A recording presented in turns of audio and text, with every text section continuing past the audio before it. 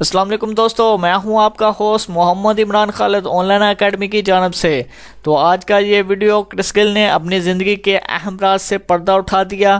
ابتدائی زندگی میں کرس گیل نے بتایا کہ اس نے بہت ہی زیادہ غربت دیکھی۔ اسکول کی فیس ادا کرنے کے لیے والدین کے پاس رقم نہیں تھی اور اپنی ضروریات زندگی کو پورا کرنے کے لیے سڑکوں گلی محلوں سے خالی بوتلیں اور کچرا اٹھانا پڑا۔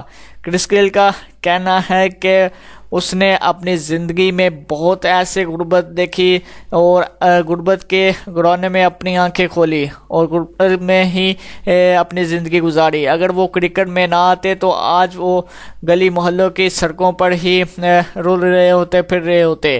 تو کرس گیل کے کہنا ہے کہ کرکٹ نے اس کی زندگی کو بدل دیا، کیونکہ اگر وہ کرکٹ میں نہ آتے تو آج کی زندگی وہ سڑکوں پر ہی ایسے ہی رو رہے ہوتے، خالی بوتلیں کچرے اٹھاتے ہوئے۔ کرس گیل کا مزید کہنا ہے کہ کئی بار اس وقت کا کھانا 2 وقت کا کھانا کرنے کے لیے وہ چوری بھی کرنا پڑی۔ کرس گیل کا کہنا ہے کہ اگر میں کرکٹ میں نہ آتا تو آج سڑکوں پہ ہی گزر رہا ہوتا۔